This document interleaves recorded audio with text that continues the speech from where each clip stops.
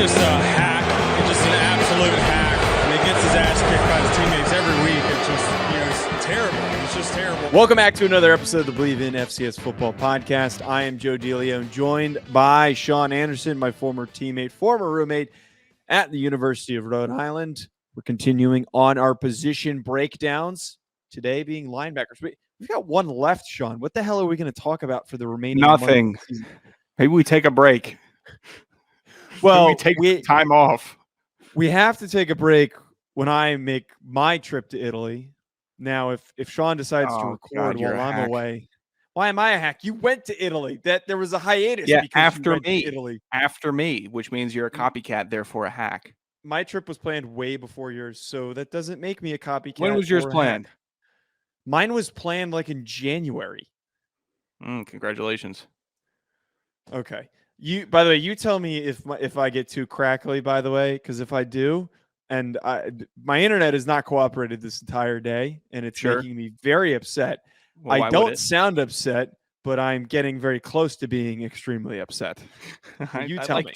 When Joe, I'll let you know. Right now, your audio's doing good, and I'm seeing a more pixelated you, which is a better you, in my opinion.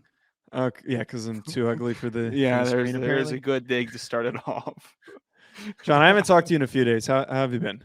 It's been a while since we have chatted. God, you know what? I hate to pat myself on the back. Here's the thing. I still think I could play minor league baseball. And that's like an ego thing with me. But I went and played slow pitch softball on Sunday night. Oh, no. I hit a softball about 265 feet. I mean, I really smoked this. Oh, you hit a dinger? Oh, come on. We were playing on a softball field, but it cleared. It cleared the field, and I'm throwing the softball. I'm throwing it way too hard than I should. Going to throw my arm out, all that stuff. But I'm putting it on a rope, and I'm not saying throwing it across the softball field, but like just warm-up throws, outfield. I mean, I'm throwing it from the pole into home plate. I'll put it right on home, too. I'll crow hop it a little bit. I'm not some freak of nature Fernando Tatis that could just, or O'Neal Cruz that could just do it. But I still, for some reason, I've been talking to people about this. I still believe that if I focused myself, I could play minor league baseball. Okay, and if everything comes to a collapse, I think that's what my next venture would be. Well, we're not going to do that thing again, because I remember when you tried to join the Rhode Island team. I never fully got the full story on that. But I got to ask you. I had a tryout, but Dino was transferring, so it was like the spring where I could really try to do it. Like I had a tryout waiting for me when I got back to campus, but it was a bit. And then they said, okay, well, take your first team reps. I said, all right, well, this is kind of my shot. Squandered it, whatever, it happens. But I had to take that opportunity. I got to ask though, for this softball game, what was the size differential between you and the smallest person on the field? It was all me and the largest person. I was the largest by a good margin. Why? No, but these are guys that have played high school baseball and some college baseball. So everybody could hit homers. We limited. They put you in a good league. You were playing in a good league. This was not. It's not a league. It's just hometown friends. But we all grew up playing baseball together, so we'll go and play some softball. My sisters were there, and they were playing softball. It was all, a good fun time. But we're only allowed to hit 3 home runs an inning. So that's the rule, because everyone could just hit home runs. So the thing is, you're supposed to wait till you get runners on, then you hit your home run, and then you cash in on it instead of doing what my team did when we were down like 14-1, which was just start hitting home runs and try to get some runs back. Why don't you should actually join a real league? I think that you should. Hey, I know you don't have the time. I don't know you don't have. Never mind. Hey, I'm good an idea, asshole. Joe. I'm sorry. Hey, good idea. Nope, we're gonna move on. What kind of sense are you lacking right now that I could provide some for? I'm very distracted. Oh boy, you don't think, Joseph? You think that that's like the one thing I would want to do a week? The one thing in my life that I would like to do per week. You do a lot of golfing, but I guess you don't need to have getting rained out this afternoon. We could have gone at 4, but we went at 3, and now we're going to get rained out, and that's not going to happen. So I got to go sit in the theater and watch this Thor movie, which I'll watch the Thor movie. I got to do it. But that's how it's going to operate instead of going golfing. Have you seen Minions yet? You want to get a punch in the head? Is that what you want to do? You want to get a punch in the head? No, I watched the last 2 movies I watched in the theater. Was The Black Phone most recently. I thought it was a very good movie. And then Top Gun Maverick, which might be movie of the year. Really, you think movie of the year? Okay, we're getting too much of a tangent here. We're getting too Oh off yeah, on a tangent. sorry. Yeah, like we usually stay on topic. So today we're talking FCS linebackers in my very fuzzy, disconnected state because of my internet. Ryan, oh my God, Sean, before we get to that, can you please?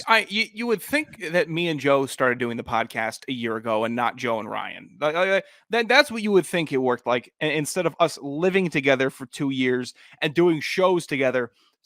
What are we going up on now? 5 years? I talked to Ryan 6 years almost. I talk to Ryan more frequently than I talk to you, like in this type of a phone setting. goes two ways, brother. No, I'm saying that I record with him more often. We do 4 shows a week, 4 or 5 shows a week. You're a hack, and I'll never let you forget that. Ryan had the audacity this morning to tell me that he was the better looking host on the NFL Draft Prospect Show, and I picked him apart. That's not true. That's absolutely not true. Sean, can you do the read, by the way? Both wear glasses. Can you do the read? Both dopey. Yeah, I'm sorry. Ryan's gonna get me. Yeah. After the read, Joe, I do want to tease this, so you will stay tuned in. And we'll get to the linebackers. We got to talk about that interaction on Twitter that I had. We have to. Yes, we'll talk about it after. Yeah, but after that, in a brief minute, you'll get to hear about that and why I consider deleting my Twitter account. But right now, our partners at BetOnline continue to be the #1 source for all your betting needs and sports information. Find all of the latest odds, news, and sports development, including all the Major League Baseball this summer, all the latest fighting news, and even next season's early NFL futures. Head to the website or your mobile device to sign up today to receive your 50% welcome bonus on your first deposit. Just use our promo code BLEAV, BLEAV, to get the bonus and get into the action. BetOnline, where the game starts. Cooler. Still cold, but it's cool. We're working through it. Take the over in any Baltimore Orioles game. That's what I'll say. Their streak isn't just going to magically stay alive. It's not. But take the over because somehow Anthony Santander in the 9th inning decides he's going to hit a 2-run blast. Even if they're getting blown out 11-0, he's going to push the over to 13, make it 11-2. Sean, I got to say, Orioles overs. I got to say, I absolutely hate baseball betting, and not because I'm not good at it. I'm like sitting here in the morning before work, spending 30 minutes of doing research on which pitcher has allowed the most hits and which players have the highest weighted on base percentage, which I'm sick of it. I'm sick of this not being able. I am, because otherwise I lose my bets. So now I'm doing way too much work. I'm hitting them. I'm like at 60% in the past week and a half, which is good. I'm profiting, but I would like for it to be like football, where I know that someone's defense is trash and the opponent's quarterback is better. It's better than betting football. It is, because football is so hard. Baseball, you could at least trick yourself number-wise. Football is just mind-boggling at times. You're thinking, how could we pick this team? What was the gut feeling we had on this team? Football stinks to bet on. It's the most fun. Second most fun. Fights, but betting on the fights is the most fun. And that's got to be some primal thing for going back to the gladiators, all that stuff. That's the most fun I've ever had betting on sports. Football is the second most fun. Baseball is like the worst, but if you do a little bit of research, you're chilling. Like I know next outing for John Gray for the Rangers, he's going to have, 8+ strikeouts. So take that. He's not going to only have 6. He's going to have 8. But Joseph, betting talk aside, BetOnline. Yeah. So here, just a little backup information. June 28th, we were doing around then. We were doing the offensive line preview for the show. It's up on Hack City on YouTube. It's on wherever you listen to it. If you missed it, your first time listening, it's back there. Offensive line, where we break down the offensive lineman. That's what I think I'm probably best at. Just because I know it, I played it. And this account, I don't even know if I'm going to mention the account because it's so weird. They asked me if I could break down a player from South Dakota State. I said, can and will do. They asked me, am I distant relatives with John Favreau? I said, not to my knowledge. That was on June 29th. And then, Joseph, on July 7th, a mere 9 days later, you saw this, right? Yeah, you said it to me. I was extremely disturbed. I got sent a reply to my canon will do, or not to my knowledge, whatever. And it was a picture. It says content warning, sensitive content. I said, okay, this is weird. I've never had this appear in any of my replies or results. I'm hoping it's not some beheading video or something like that. I'm hoping it's not something that's just awful, like a plane crashing or whatever it is. And it's just a disturbing tone and image. Do I read this, Joe? Do I give context? Can I read it? Yeah, Joe, you read it, please. What are the bars on the top? What is that supposed to be? Okay, so this is the image for anyone who's wondering what it looks like. The vortex is coming. If possible, please shelter yourself in a blue-colored building. If you are unable to reach a blue-colored building within 10 minutes, please go/remain outside and lay down flat with your arms and legs spread out. This will give you the best chance to remain clean. The vortex should pass through in 13 and a half hours after it first arrives. 36 hours after. These are the worst two people I've ever met on Twitter. Pardon my language. What the fuck is wrong with you? What the fuck was that? What the fuck is that? I don't want to interact with you people anymore. Who the fuck? That is the most. Are they tweeting you? No, they have not tweeted me. But it's in a way it's directed at both of us, and I'm sure that they'll probably wrap me into it too. But dude, that is the most disturbing, fucked up thing I've ever seen. That's not even funny. Dude, I don't get this because their header picture is Brady Manick. Their profile picture is what I'm assuming Zach and Derek are. All of their other tweets are about sports. Every other tweet about sports. Yeah. This is who they're following. They follow Katie Nolan, Aaron Andrews, Courtney Cronin, Mina Kimes, Kay Adams, and Sam I'm Ponder. sure they've sent a bunch of really appropriate DMs to them. I don't know who this is. I'm sure it wouldn't take hard to figure out who Zach and Derek is. Okay, here's Derek. It's a weird bit. I've never experienced this weirdness before. It's just odd. It's not even hacked. It's deranged. This is derangement. It's not even funny. I am there is a way to play the weird bit and it to be funny, and I've interacted with that before. Like some of our listeners are kind of like that. They're goofy. Yeah. But that's like the, Reddit trying to be funny type of deal. Like that's disturbing. It's like a 4chan weird response, man. It's a block them. We're blocking them. We're not doing this anymore. We have to remove the easily the most cancerous listeners that we have. I think we'll be fine. We're losing two. I don't even know if they listen. They clearly are paying attention. They just tweeted me out of the blue. I don't know who they know that they saw this. Who do they know that knows me? Apparently, they know you really well. They know about a vortex coming for you. They think I look like John Favreau, or some type of relative of John Favreau. Weird series of it's not even funny. It's just guys, please don't do this. I think it has to just be shit posting, right? It is. It's dumb shit posting. It's taking hack to the separate level of now. It's not even hack. Yeah. Colin is hack. Colin's funny though. Colin, like I get a giggle out of Colin is funny. I'm entertained. I'm almost entertained with Colin when he is tweeting at Ryan because I know that Ryan has better things to do than deal with Colin Centric. That is true. That's my favorite bit. That's my favorite bit when he's just tweeting at Ryan. I'm like, Colin, you're ours. Like stop bothering him. Stop bothering poor Ryan. All right, let's talk about these linebackers. Sure. How fuzzy am I? I need a fuzzy update. Fuzzy. Do I sound fine though, or have I been crackling? You sounded fine the entire time. Okay, as long as I sound intelligible, we're good. Am I fuzzy on your end? No, and I look completely clear on my end. So it is either an internet issue or StreamYard is crapped out. Either way, StreamYard and Spectrum are on my shit list this week. You can F off. I want to talk linebackers, though. We have 4 linebackers in our elite tier, 4 absolute dudes that have statistically dominated opposing teams' run games. These guys have laid some serious hits. They have racked up some nutty stat totals in single games throughout full seasons. All of these guys have been impactful for also multiple years. why they deserve to be in the elite tier. Not all of them are really on the NFL radar. O'Connell is the most, and so is Ryan Greenhagen, who was tweeted out by Jim Nagy for his small school tweet this week. But Ryan Greenhagen from Fordham, who's 6'1", 245. Patrick O'Connell from Montana, 6'1", 220.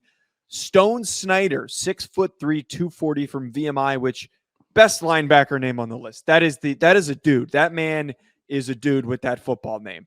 And then lastly, Jaccob Dobbs, who just recently followed me. Shout out to Jaccob Dobbs from, you guessed it, Holy Cross, who is the returning leader in tackles last season, behind a couple of guys that graduated with 137. By the way, shout out to the Holy Cross Sports Information page for not properly loading when I was trying to look up his full stats. We are going to do that every time the stat page does not work. Hold on. Let me check something. I sat there for 5 minutes. If it doesn't load in 5 minutes, it's not working. I tried to go to his 2021 season. Regardless, I have to highlight the main dudes on this list are Greenhagen and O'Connell. What do you, it loaded for you? I was waiting for, no. It reminded me of about this time last year where you called out NCAA FCS football for not tweeting in a while. And I just checked and I was about to rain down. But they had a tweet from an hour ago. I just didn't know if you wanted to give them another. What did they tweet? Was it like a link for Ray-Ban sunglasses that were on the No, it's a top 5 returning FCS running backs in 2022. Before that, they tweeted out at Eastern Kentucky tweets, and then that was yesterday, and then there had another FCS wide receivers, and then the tweet before that, the last one was June 23rd. And then before that was May 6th. Holy hell. Not doing a very active job. They're getting about 2 tweets a month. Can't wait for another Southern Florida tweet. They do a lot of those. I think they also did a UAB one also, which is really depressing. Ryan, oh my God, I almost did it again. Sean, let's did it again. I did. You didn't almost do it again. You did it again.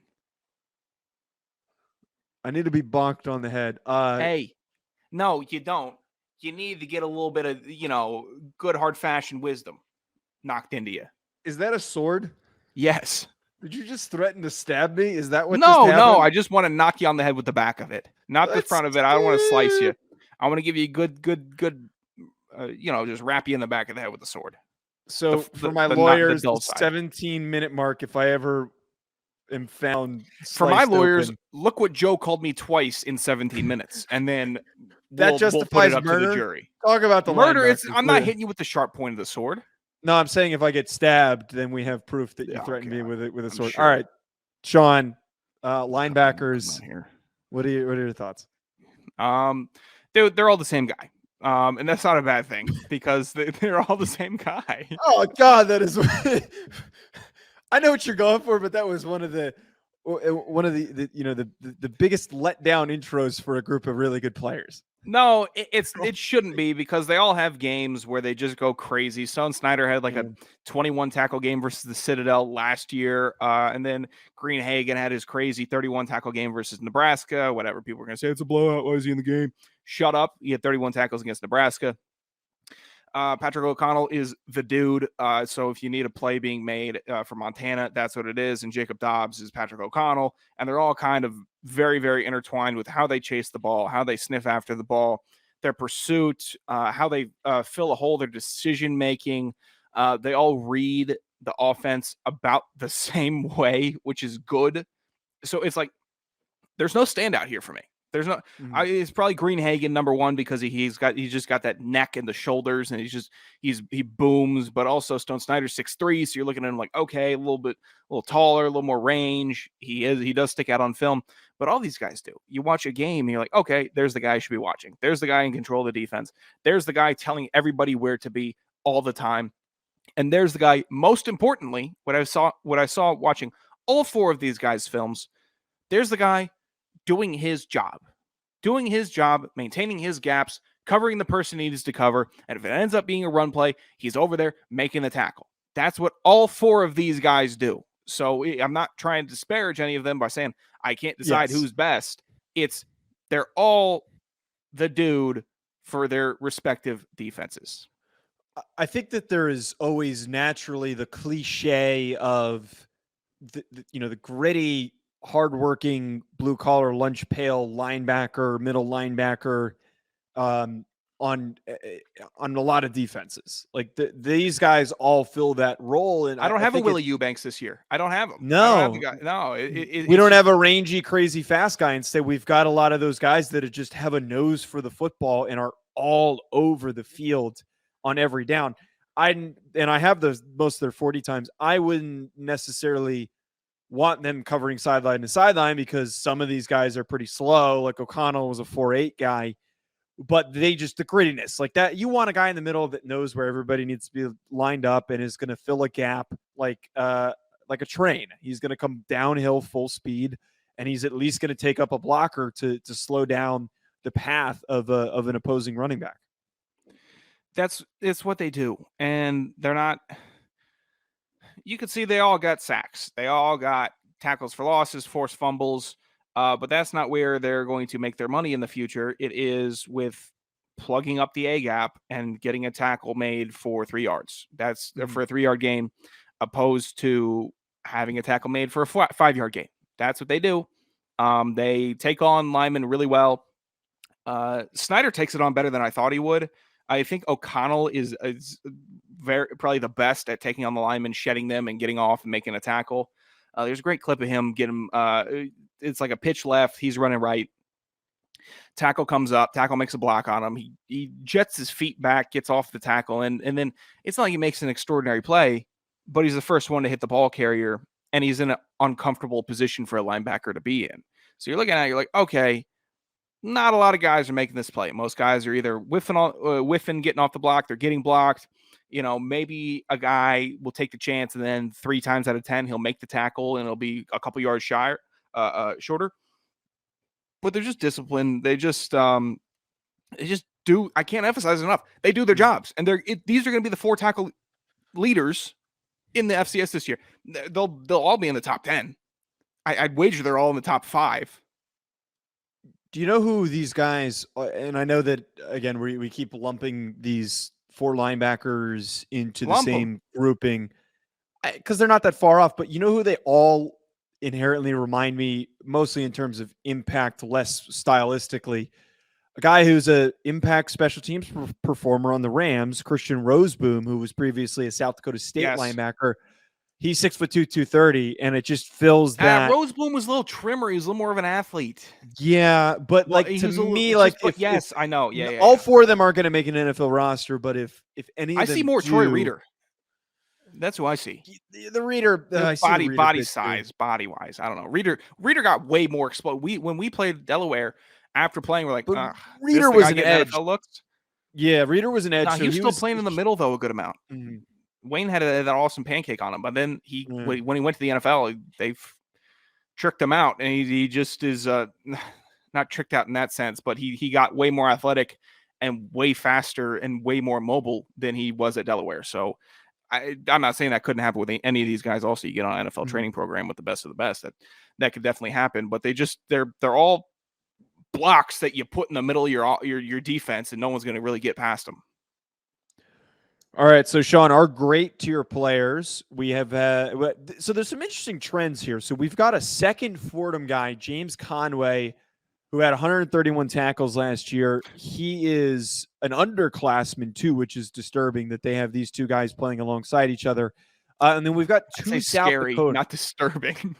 It disturbs me. We've got 2 South Dakota linebackers, which I'm really high on the South Dakota team. The Coyotes are going to be freaking good next year. We have brought up a lot of South Dakota dudes at key important positions. Trey Thomas, who's much smaller and compact at 5'11", and then he sticks out though. Yeah, Brock Morganson, 6'2", 231. So you got the speedy, smaller Will Backer with the heavy thumping Mike Backer. Oh, dude, don't get it twisted. Thomas can thump. There's some truth to that. He just doesn't have that build that you would expect him to. Right. Last remaining guys, Cole Jordan, Southeastern Missouri, 6'2", 215, and then Rodney Dansby, Ooh, from Houston Baptist. it's bad too right there. Soon to be coached by Papa Sutrick. Oh my God, I forgot about that. Yeah, Mr. Sutrick is going to be a linebacker coach at Houston Baptist. I hope I didn't break any news I wasn't supposed to. Sorry, Colin. It's your fault for telling me if I did. I just can't put them together. I just can't. I can't believe it. I don't believe it. I believe that Colin is lying, and there's another person with that last name that has happened. You think that he's pulling a carpet pull here? Do you think that's what that is? Dude, I'm hoping that this last minute was his Super Bowl, and he says, I finally got you. Look what I did. I tricked you, and you can't prove that he's not my dad, and you can't prove that he is. So now it's just my word against yours. And now it's okay. Oh, I hope he pulled that con on you. Really do. But he would have had to have known a random football coach with the last name Sutrick. He knew eventually it was going to get brought up because you can't stay away. But he wasn't stay away. He wasn't previously an FCS coach. He was like a Division II or Division III coach, and then he just recently, this was like a month ago, that he was offered this job. So it would have had to have been a con with multiple steps in the making. And I know that he works in a political job because I had a conversation with him. I did not respond to his last message because I'm a bozo. Wait. Terrible. Colin Sutrick is in a political job?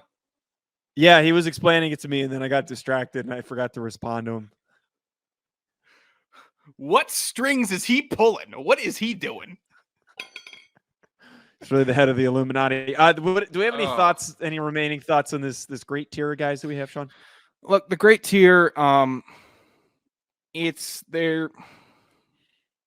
You're hoping that they can put out a product of themselves this season where they either do what the elite tier guys did, which was stack up tackles, or they show that they're just absolutely freak athletes. This is what they need to do. And that's what we've seen in just about this is like the least, not diverse, but we've always had a healthy mix of different type of linebackers whenever we've done the linebacker preview of the elite guys, of the top guys. It's always been, okay, this guy is really good sideline to sideline. So for them, they just really need to make themselves, noticeable on the field. That's what they need to do. Mm-hmm. If you can get me to say, oh, that's a dude when I'm watching the film, then you're going to have me watching everything that you're doing, and not having my eyes on you is nothing, but not like Jim Nagy's eyes, you know. If you can draw something upon yourself where you have a big tackle game, or you show some freak athleticism, a couple pick sixes, whatever it is, then maybe you got something rolling for this season. But I don't know. I don't have that massive passion for the linebackers. I think that a lot of them can be interchangeable, but the good ones you need to hold on to. Out of the group, though, I got to give a shout out to Conway because he was an underclassman last year, and he finished with 131 tackles on a team where he's playing next to Ryan Greenhagen, who should be stealing most of those tackles. And I understand the circumstance of a lot of attention going to Greenhagen, and maybe that could be a lot of assisted tackles also.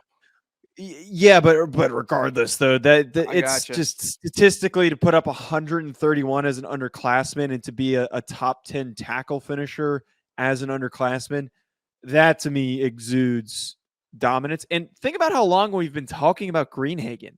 Like, Conway's the next in line, dude. Like, it's the wait. I think we were for a while. I might be wrong, but were we not talking about Greenhagen when we first started the show? It was like episode 2. It was like episode 2 or 3 that we talked about him. Unless there was another Fordham linebacker I'm mixing him up with, I'm pretty sure Greenhagen was one of the first players that we talked about on this show when we did the Patriot League preview. You might not be wrong. I'm pretty sure. Now I'm trying to get my. Have we been doing this show as long as Ryan Greenhagen's been in college? I think Ryan Greenhagen's been in college as long as we've been doing this show. I think it's the other way. That's what I meant. Good Lord. All right. Well, we know enough about that dude than we know about any other FCS player, I guess. You put me in a weird spot just now, Joe. I'm not going to lie to you. I didn't mean, why? You're still calling me Ryan. Insane. Did I call you Ryan?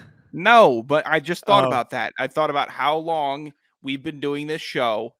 We don't record enough. I want to record more, Sean. I would love to record more. And you gave me the phone's always open. I text you all the time to no response, brother. You do text me a you all lot. You text me a lot. all the time. Sean's like the girl that I can't get the hint that they're not interested in me, but I am keep interested. trying. No, man. You've moved on. You've moved on to some other dude. No, I have not. I'm just your backup. You'll respond to me when the rest of the roster's out of town. No, I'm not going to let you flip the this. rest of the I'm not roster's going to let busy. you flip this on me. You can't. You're not allowed to do that. You're not allowed to. Why? Flip it You're always the first person I text. What are you talking about? That's true, but I've I never don't called text you anyone else. anybody ideas. else. I don't call you anybody every else's idea name. by you. I run every idea by you. You do, and I get nothing. at least to what you say. I ran an idea by you, and you didn't understand it, and I got frustrated because you sent me like toilet seat. That was the idea. You sent me I toilet sent you seat. Yeah, seats up. You a said show for the seats up, guys, and I'm like, but like, what does that mean? You go toilet it seat. Means that was the progression. It means of that it's a conversation. show for the guys. You keep your seats down. There's ladies in the house. Seats up. What is it? Do the toilets have anything to do with the show? That's what I don't. The title understand. of the show is a name for a show. No one. What does no it have? Listeners can take that show name either. That is my name. That is my show name. Seats up. But what I'm trying to understand is like what does the toilet seat? Is it just the name, or like is there? Yes, it's just like a good prop name in the show. No, it's just talking about toilet seats. Will you let me answer? It's just a good name for a show for the boys. I don't know. That's what it is. I have a really bad show name that me and Joe C are doing for ours, and I'm going to tell you off air, and you're going to hate it. It's really hack. Oh, if it's going to be, it's not a Joe pun. It's not. He tried to do that, and I told him no to the cup of Joe's shtick, so we're not doing that. Drink some Joe. Is that what it is? Swallow some Joe. What is it? The original unofficial name that we were using as like the code name was 2 Joes 1 Pod, but that's not going to be the name. What's the name? All right, it's going to wrap us up on at Joe DeLeone at Sanderson Radio. I need to know the new one right now. I need to know the new one right now. It's going to be City Boys Pod. All right, so at Joe DeLeone at Sanderson Radio. I don't know why you listen to the show, and I'm sorry that you spent this time listening to us. Follow us on Twitter, Hack City on YouTube, Instagram, TikTok. Enjoy the rest of your day, folks. I'm going to have to go talk to Sean now. Drive safe.